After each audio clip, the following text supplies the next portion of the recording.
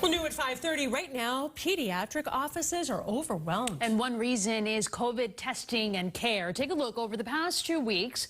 The case rates in children ages 5 to 14 are higher than any other age group. But as WBZ's Lisa Gresci shows us, other factors are helping create this crunch.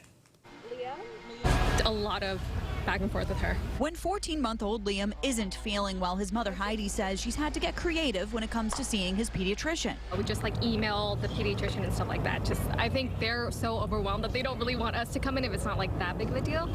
It's a tricky time right now for us pediatricians. Pediatricians finding themselves balancing seeing sick kids, COVID testing, vaccinations, and staffing shortages. Yeah, I think the demand for sick visits and the demand for our kids to come in and get COVID tested has increased enormously. A big reason kids are finally back in school. Because of COVID and because kids under 12 can't be vaccinated, everyone needs to get tested.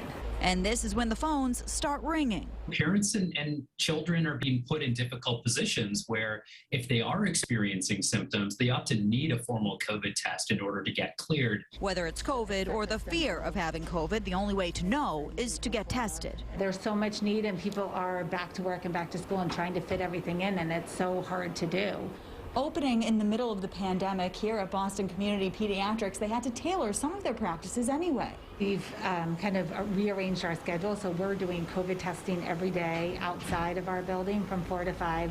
This in addition to exam rooms with windows and coupling telehealth appointments with testing. Having the access to your pediatrician and your trusted provider is so important. An overall solution right now coming twofold. You know, I really would encourage parents to show us some grace. We're working really hard. I think my longer term advice is that parents and really all individuals 12 and up should get vaccinated. Reporting in the South End, Lisa Gresci, WBZ News.